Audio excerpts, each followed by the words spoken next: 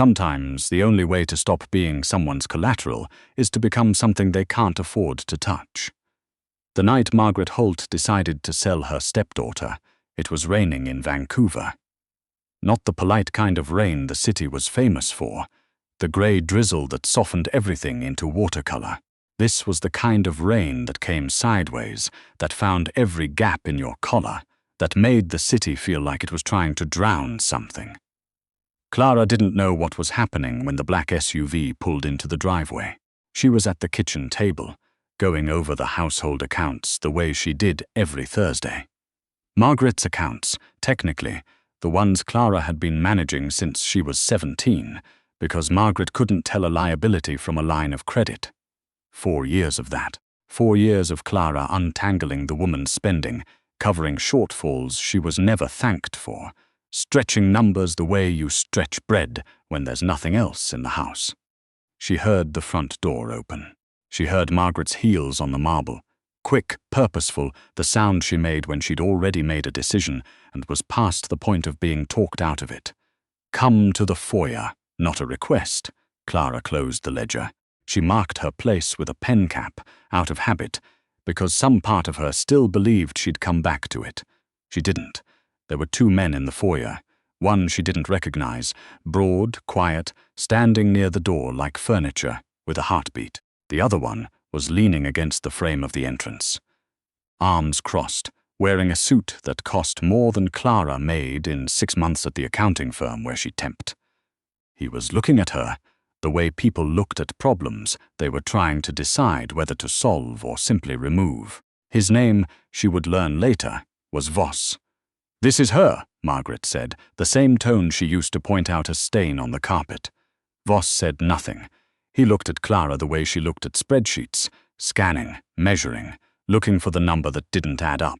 "She handles accounts," Margaret continued, filling his silence the way anxious people always do. "She's good with numbers. Quiet. Won't be trouble." Clara stood very still. There was a number forming in her head, not a dollar amount. A count, of exits, of seconds, of the specific distance between herself and the door. Why didn't she run? Someone would ask later, after they knew the whole story, because Margaret had already told her, 3 days prior, that Clara's younger sister Bex was living in Margaret's rental property, the one she'd co-signed when Bex was 19 and desperate, and Clara had asked Margaret to help just this once. The one Margaret now held like a key above a drain. If Clara made trouble, Bex would be out on the street before morning. Margaret had said it with the smile she used at charity galas. Soft, certain, so Clara didn't run. She walked out to the car. The drive was 40 minutes. Nobody spoke to her. The man called Voss sat in the front, and she sat in the back between 2 men who smelled like cigarettes and gun oil, and she watched the city lights blur past the rain-streaked window, and she made herself breathe slowly. In through the nose, out through the mouth. She did the math in her head, not about escaping, not yet. She counted the turns. She memorized the route. She noted the timestamp on her phone before they took it, old habits from a childhood spent watching the exits. The building they brought her to wasn't what she expected. No warehouse, no dark basement. It was a tower in Cole Harbour, the kind with a lobby that had fresh flowers and a concierge who didn't look up as they walked through. The elevator had mirrors on every wall. She stared at herself on the way up, hair damp from the rain, jacket she'd had for 3 winters, the face of someone who had been tired for a very long time.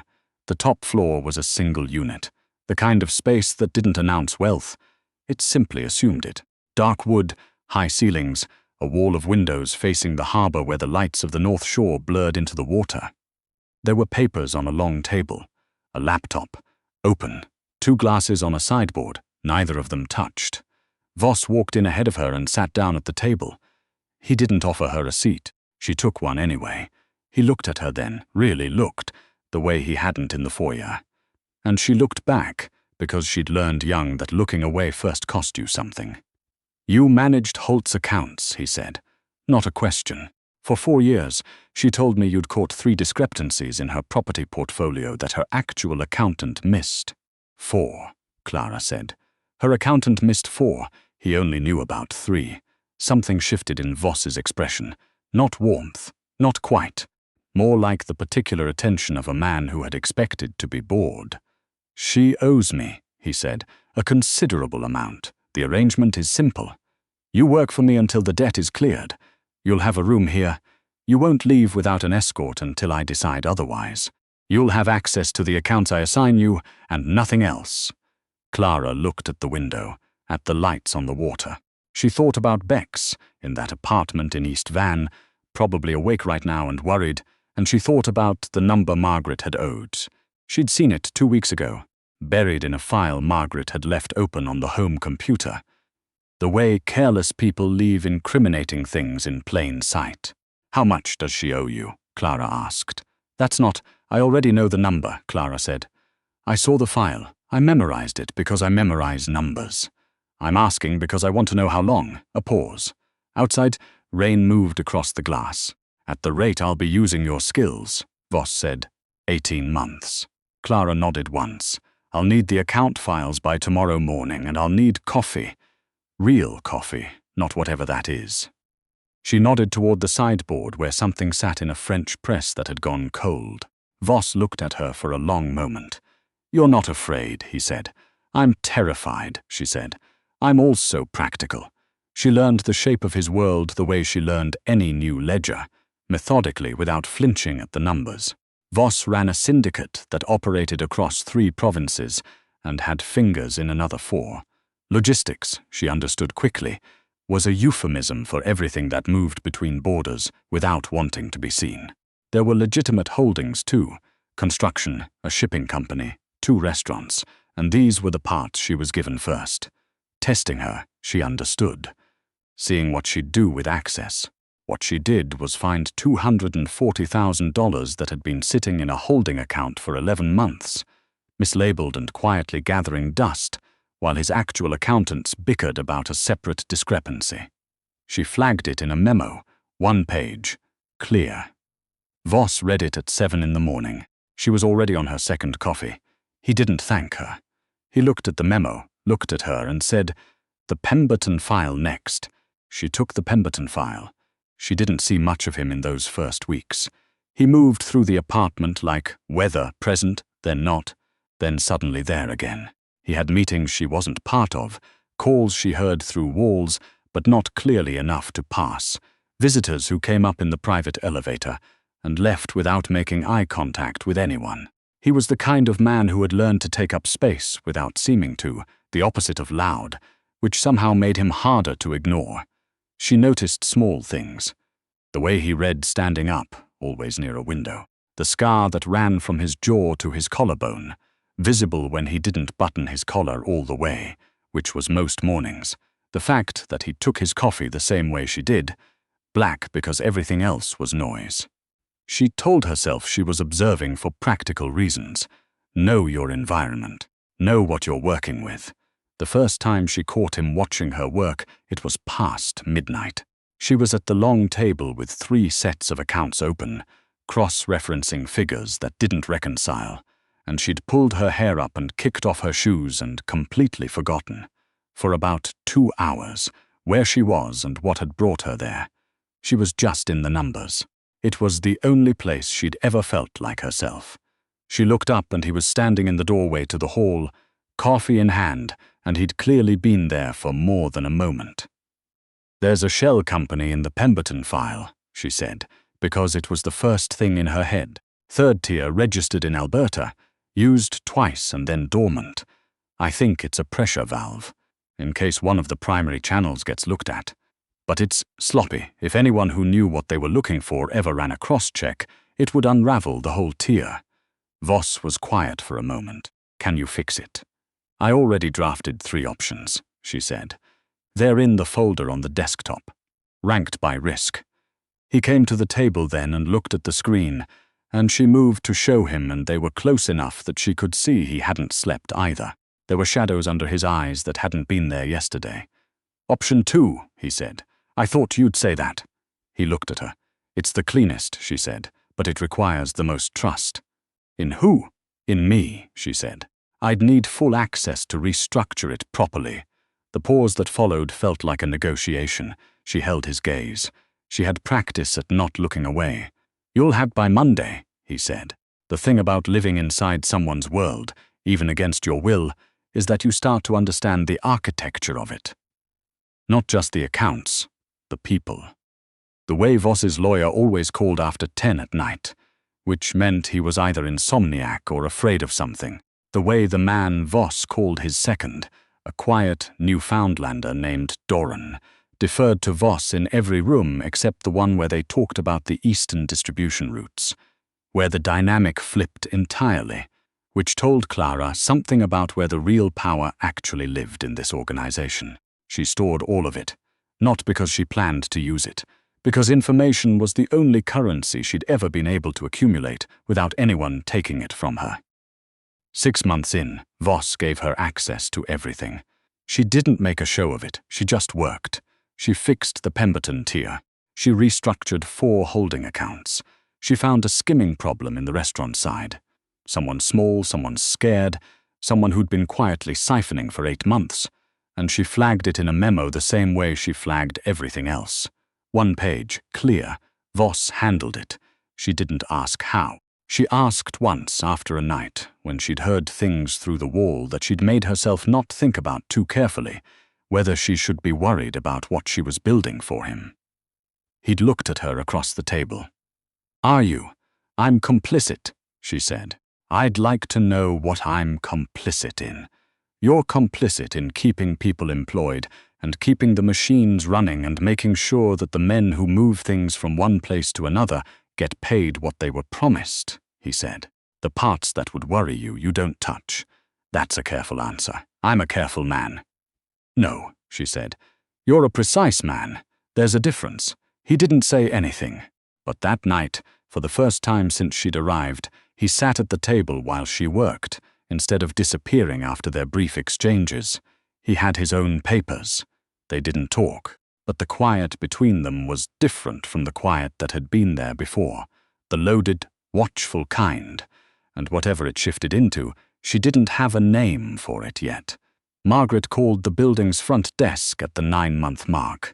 Clara knew because Voss told her, briefly, in passing, the way he relayed information he considered relevant. Margaret had called asking whether the arrangement was concluded, whether Clara would be returning. "What did you say?" Clara asked. "I said the arrangement was ongoing," Voss said. Clara looked down at the account she was working on. She was 3/4 of the way through a restructure that would take another 4 months, realistically. She'd known that when she started it. She'd designed it that way. She didn't say that, but when she looked up, she had the sense that Voss knew it, the same way he knew most things, not because he'd been told, but because he paid attention to the numbers. "She asked about you," he said. "Whether you were difficult. What did you tell her? That you were the most useful person I'd had in this building in 6 years." Clara went back to the account. She did not let herself feel anything about that for at least 20 minutes, and then she let herself feel it for exactly long enough to put it down again.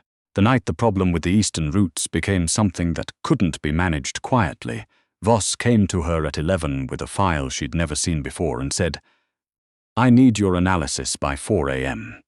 She looked at the file. It was a mess, figures spanning 5 years, 3 currencies, a paper trail that had been deliberately obscured by someone who understood obfuscation but not actual accounting. She could see the seams. She could see exactly where someone had tried to hide something and had hidden it the way amateurs always do, by moving things sideways instead of restructuring the foundation. "Sit down," she said.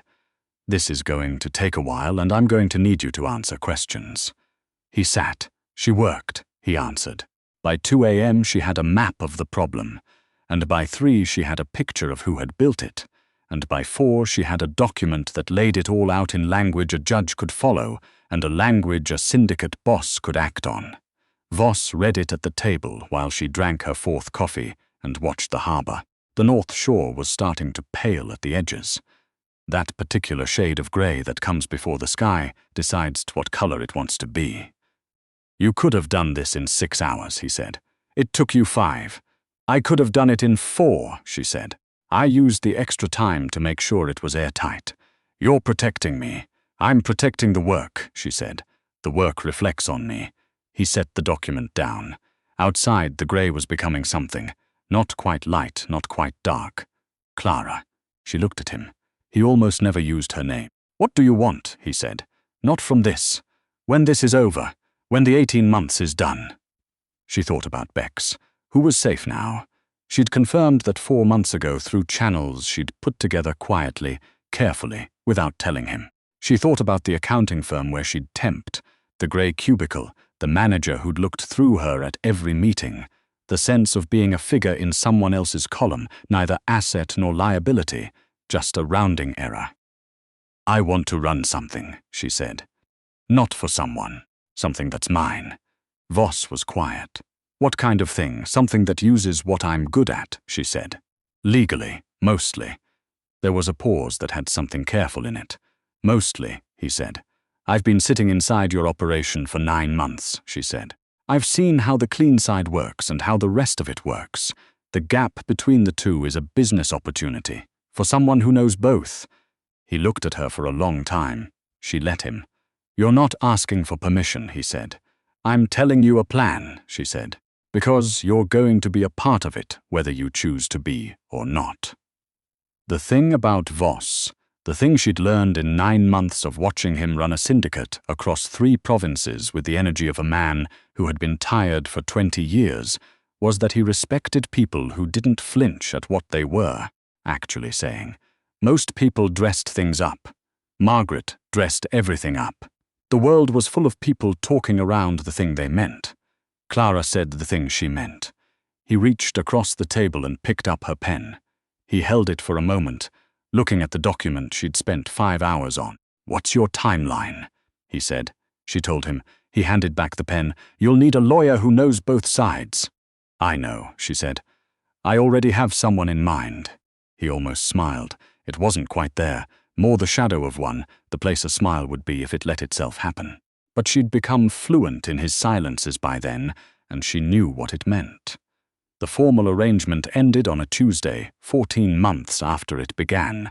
4 months early, because she'd restructured the accounts efficiently enough that the debt settled ahead of schedule. Voss told her at the table, the same table where she'd spent 1,000 hours working. And she nodded and closed the file she was in the middle of and sat back. Your things are in the room, he said. You can take them today? I know, she said. She didn't move. Neither did he. I've taken a lease on a space in Gastown, she said. The financial consulting firm, I registered it last month. I know, he said. I saw the incorporation filing. She looked at him. You have access to incorporation filings. I have access to most things, he said. That's invasive. That's prudent, he said. You're going to need clients. I have clients. You have 3 prospective clients who are all connected to my organization, he said. Legitimately connected. They came to me asking about financial management. I referred them. Clara looked at the harbor. The same harbor she'd stared at 14 months ago, learning to breathe in this space, counting exits. You referred them, she said. You're the best financial mind I've encountered in 15 years of working with people who are good at moving money, he said. It came out the way he said most things, flat, factual, without decoration, which made it harder to dismiss than if he'd said it warmly. She looked at him. This is a business arrangement, she said. You referring clients. If you'd like, he said. What would you like? The pause this time was different from all the previous pauses. She had a catalogue of them by now. The considering ones, the guarded ones, the ones that meant he was deciding whether to trust something. This one wasn't any of those. I'd like you to have dinner with me, he said. Not here, not at the building, somewhere that's neither of our workspaces. Clara looked at the table, at the files, at the pen she'd been using for 14 months that he'd handed back to her the night she told him her plan. Thursday, she said. I have calls in the morning and I'll need the afternoon to set up the Gastown space. Thursday, he said. She picked up her bag. She walked to the door of the room she'd worked in for over a year, and she turned around once, because she had to see it. The table, the files, the wall of windows, the city outside in the rain again, because this was Vancouver, and it was almost always raining. She'd arrived here terrified and practical. She was leaving with a business, 3 clients, and a dinner on Thursday. She didn't look like the woman who had stood in Margaret Holt's foyer 14 months ago, with rain in her hair and her heart hammering and nothing in her hands. She looked like someone who had sat down inside someone else's world and quietly, methodically, built a door. Margaret called her twice in the weeks that followed. Clara didn't return the calls. She didn't need to. The debt was settled. The arrangement was over. Whatever Margaret had expected to happen to her stepdaughter, that she'd be returned, diminished, easier to manage, hadn't happened. Nothing she needed anymore lived in that direction. The Gastown office had windows that caught the morning light, and she kept the desk the same way she kept every desk, clear except for what was actively being used, because clutter was how things got lost. She made coffee the right way. She took calls. She built things. On Thursday, Voss picked her up at 7. He was on time, because he was always on time, and he was wearing something that wasn't a suit for once. Just dark, clean, like a man who'd thought about it without wanting to seem like he had. He held the door. He didn't say anything about how she looked, which somehow said more than if he had. They ate at a small place on South Granville, where the lighting was low and the menu was short, and nobody knew either of them. They talked about the city, about numbers, about the Eastern distribution problem, and what she'd have done differently if she'd known then what she knew now. They talked like 2 people who had been talking around each other for 14 months and had finally run out of reasons to.